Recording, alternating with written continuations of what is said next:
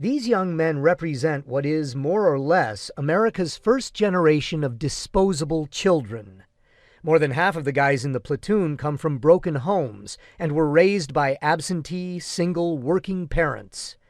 Many are on more intimate terms with video games, reality TV shows, and internet porn than they are with their own parents.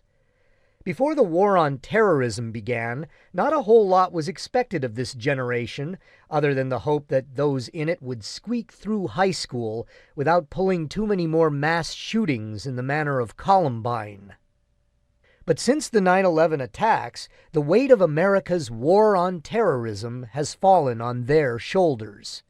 For many in the platoon, their war started within hours of the Twin Towers falling, when they were loaded onto ships to begin preparing for missions in Afghanistan.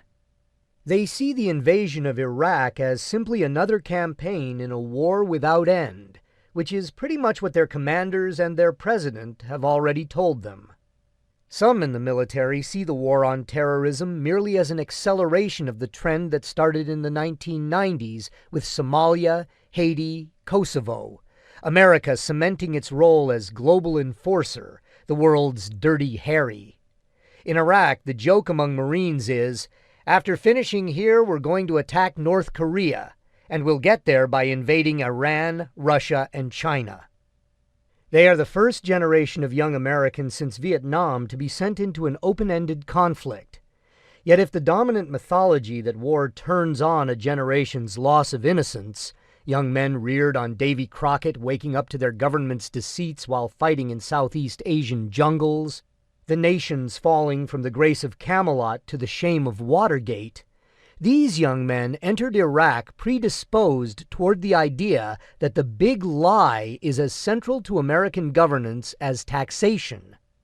This is, after all, the generation that first learned of the significance of the presidency, not through an inspiring speech at the Berlin Wall, but through a national obsession with semen stains and a White House blowjob.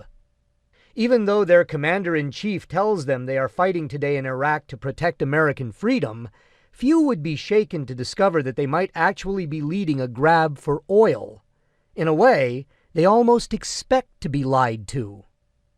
If there's a question that hangs over their heads, it's the same one that has confronted every other generation sent into war. Can these young Americans fight?